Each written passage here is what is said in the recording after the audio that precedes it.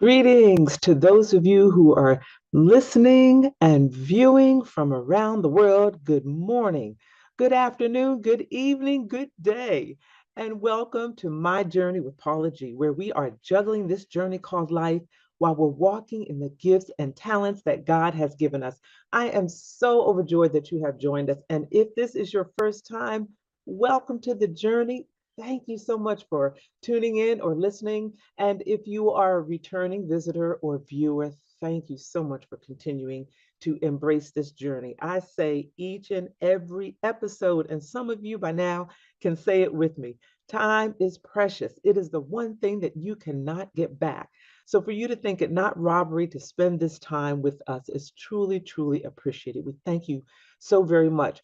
We also would like to thank those who have embraced the journey through their underwriting support.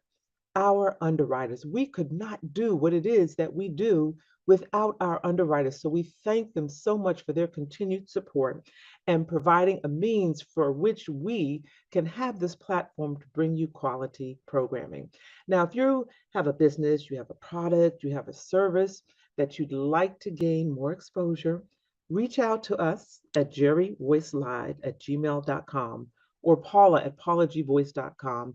Put in the subject line underwriting opportunities, and we will be sure to follow up with you on that. So we thank you so very much for that consideration.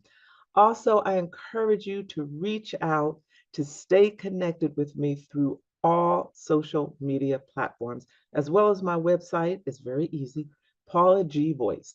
PaulaGvoice.com is the website. Facebook, YouTube, I almost couldn't think. Facebook, YouTube, IG, Paula G Voice. Reach out and embrace the journey. My website has all aspects of Paula G Voice, Lady Wisdom, my blogs, and my book, the courses, inspirational, motivational information. So I just encourage you to reach out. And also, if you've missed some past episodes, you can go to the television page and click on the weekend channel and view some of the past episodes. We are now airing on a variety of platforms, and we're so incredibly grateful and blessed and fortunate to have the opportunities that we have as well. Well, I want to talk to you today a little bit about finding your GPS, finding the zip code where knowledge resides. And this is an excerpt from my upcoming book in which I've compiled all of my Paula's perspectives, Lady Wisdom, my blog posts, because a lot of you have said that they have encouraged you and you've gained something from them. So I'm compiling them and I'm putting them all into a book. So that is a work in progress as I continue to juggle this journey called life while walking in the gifts and talents that God has given me as well.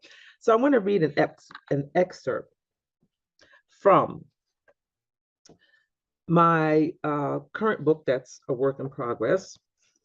And again, this is entitled Finding the Zip Code Where Wisdom Resides. Some of you may have heard me say before that there are two things that I pray for on a daily basis: wisdom and discernment.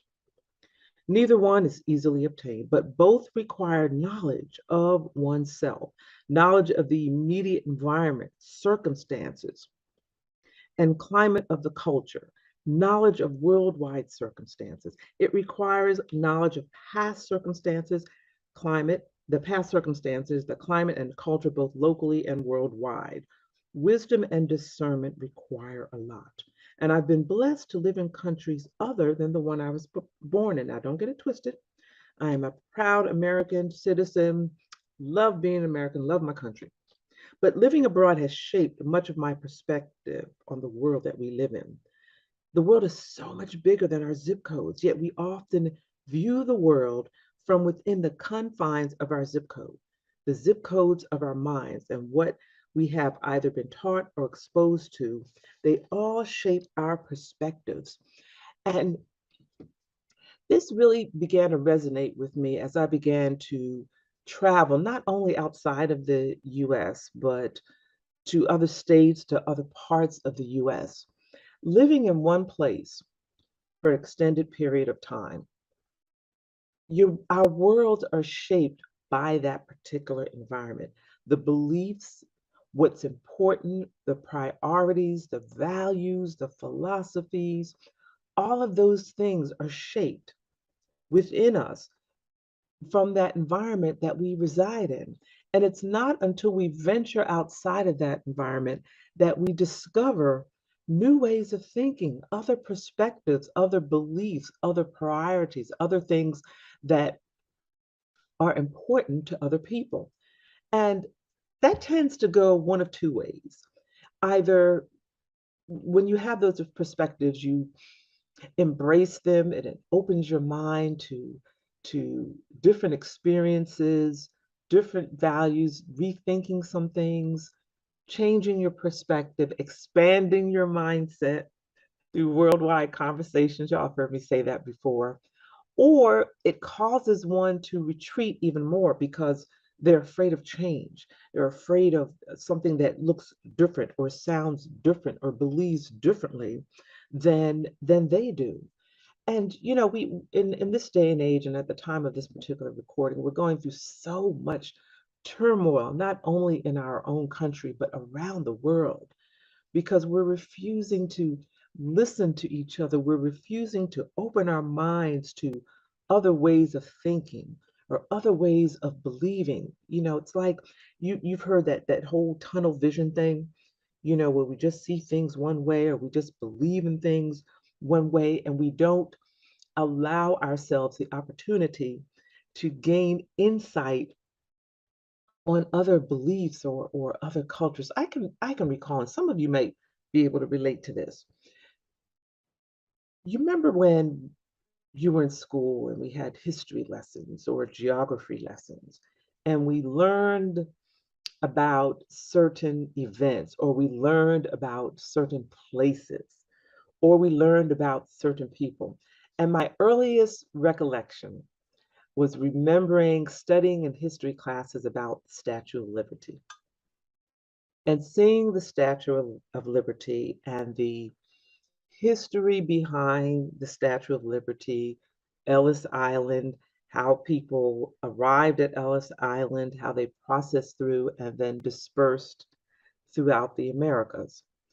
So, I grew up for a number of years having a certain perspective of this huge monumental, which it is a monument, this huge monumental statue and what it stood for.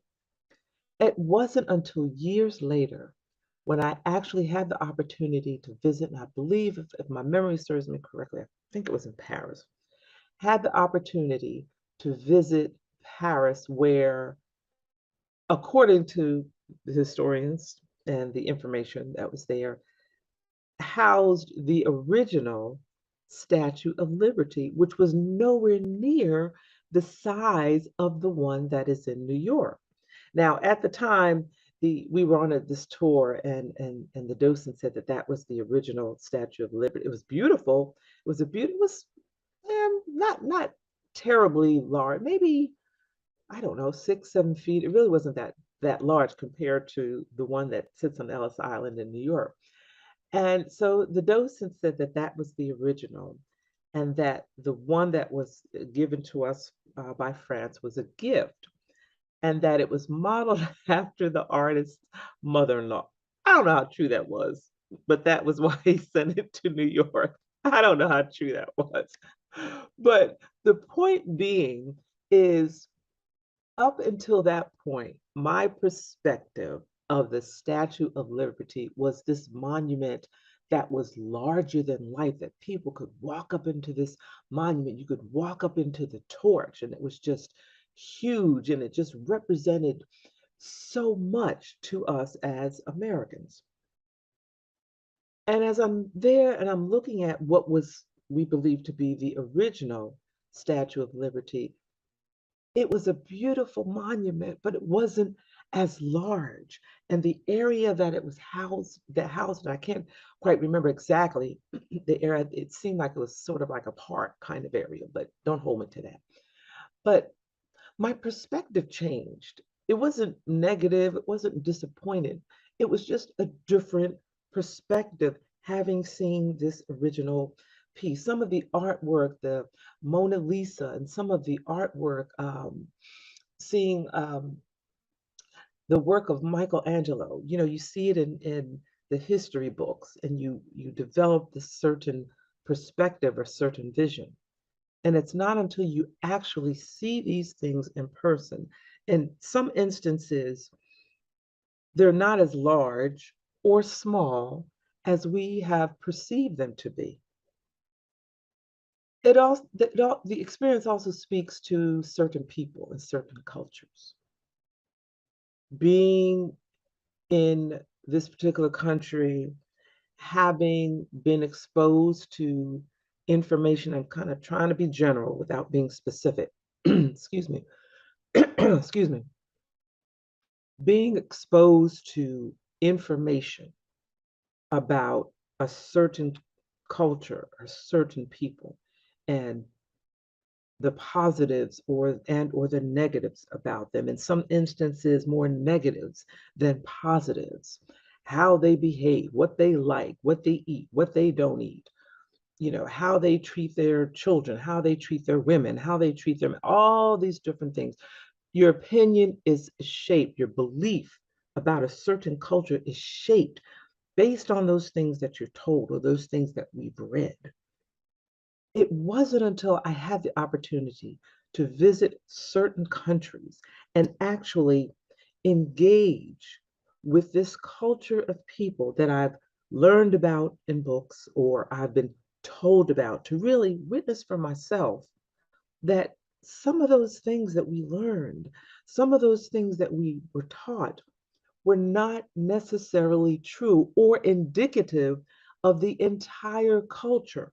There may have been certain segments or certain people that fit those stereotypes, shall we say, but it was not representative of the entire culture, the entire people, the entire uh, philosophies and beliefs. It only represented either a small portion of that culture, or in some instances, not at all. And it really got me to thinking about how we form our perspectives, how we form our opinions. Were some of those opinions or some of those that information we received about a certain culture based on that person or person's experience with one individual, in which they attached that individual's behavior, they attached that individual's behavior to the entire culture? Was it what we've learned and what we have been raised to believe, shall we say, based on personal opinion, personal experiences that may have been a bit biased? It got me to thinking about all of these things. And all of us within this country, depending on what culture we're a part of or what race we're a part of, there are stereotypes that are attached to all of us. Stereotypes that can be aggravating at times, can be annoying at times, that can anger us at times. You know, that the people react and respond to us based on these stereotypes that a lot of times are not true. And it got me to thinking, putting the shoe on the other foot, so to speak, in regard to reshaping and rethinking how I look at other people, how I look at other cultures, what I believe about them. And I've gotten to the point in my life where, even though we have, you know, history books, and we have scholars, and we have those who have studied a certain culture or belief or religion or what have you, that the information that we receive, we need to filter through our own experiences, giving ourselves opportunity to engage in some of those experiences, engage with some of those cultures and some of those peoples, where we can see some of these things for ourselves and learn some of these things for ourselves, and thereby gaining perhaps a more accurate perspective, a more accurate view of a person or persons. And I believe that a lot of our polarization is within some of us, our inability to see beyond these binders, or the willingness to see beyond these blinders. And it really has opened my mindset, and there's some lessons that I've learned. And as I move forward in the next phase of my journey, I want to look at experiences, and I want to encourage you too to look at the experiences that you have in life. Extract from those experiences the lessons that you've learned. So, the lessons that I've learned, well, before I go there, let me just give another example. I recall teaching some GED classes for maybe about 3 or 4 years. I taught to students who had been in some legal trouble, shall we say, and they were strongly encouraged to further their education to finish accomplishing their high school diploma through a GED program so that they could go on either to college or to some form of employment so that they could become productive citizens.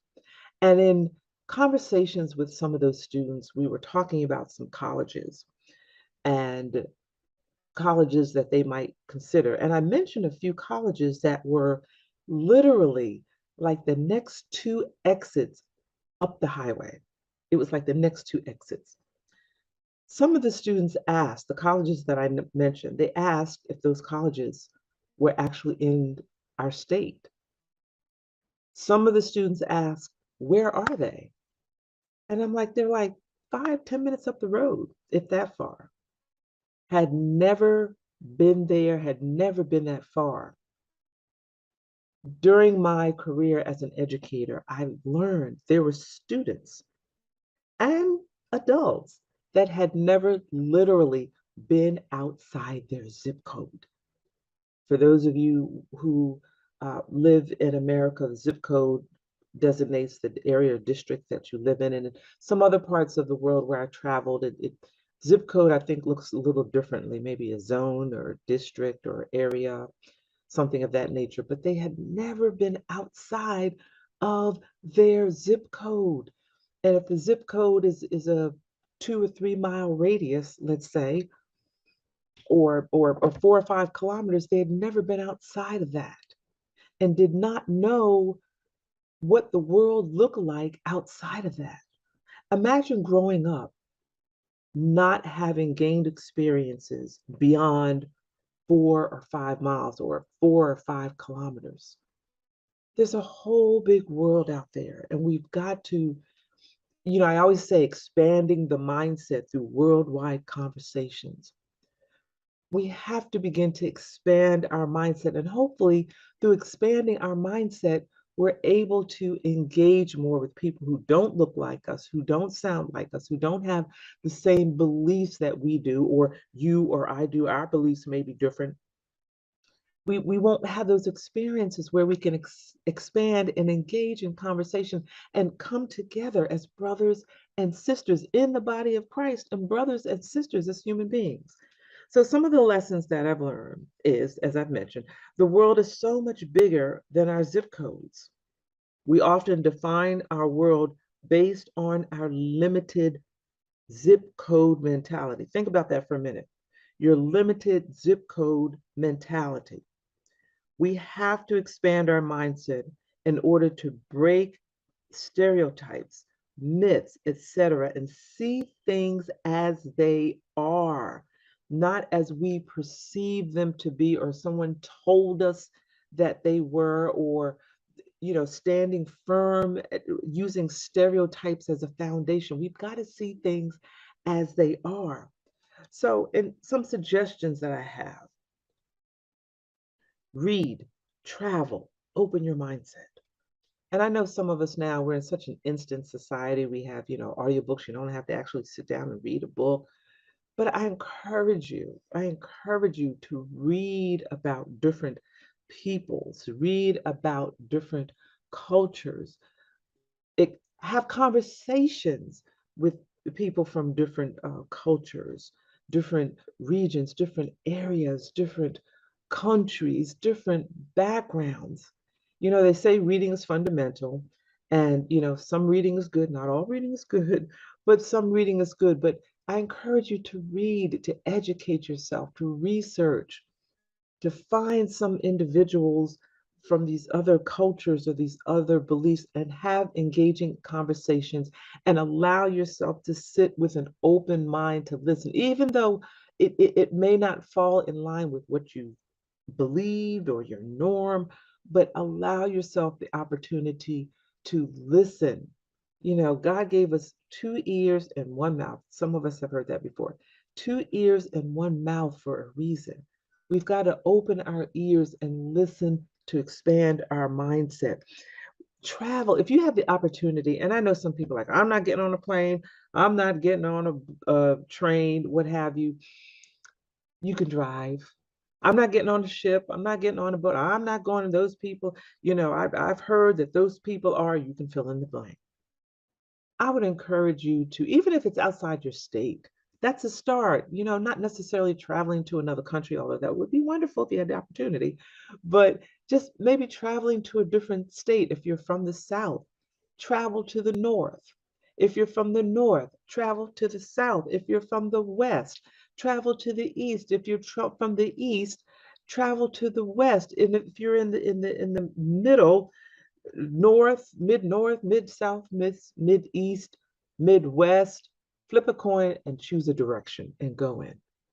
Find a spot that you can go and spend a few days and learn about that community, learn about that area, learn about that culture, learn why a people believe the way they believe. At the end of the day, you still may not necessarily agree with them, but perhaps you will have a better insight as to why they believe the way they believe or behave the way that they behave or do some of the things that they do.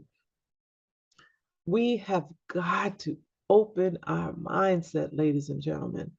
We are all brothers and sisters in Christ. We are all human beings occupying this earth. And one of the things, among many things, but one of the things that I have found in my traveling and living in other places, that there's one thing that I have found that's common across the board. I don't care if I'm in the United States or in Europe, or I've traveled to Africa and the different countries in Africa, the different countries in Europe. When you sit and you get to know people and you engage with people, the bottom line, regardless of what language we speak, we all seek the same thing: good quality of life, a home for our family, food, clothing, shelter, water, uh, education for our children, a good job or a career or business where we can support ourselves.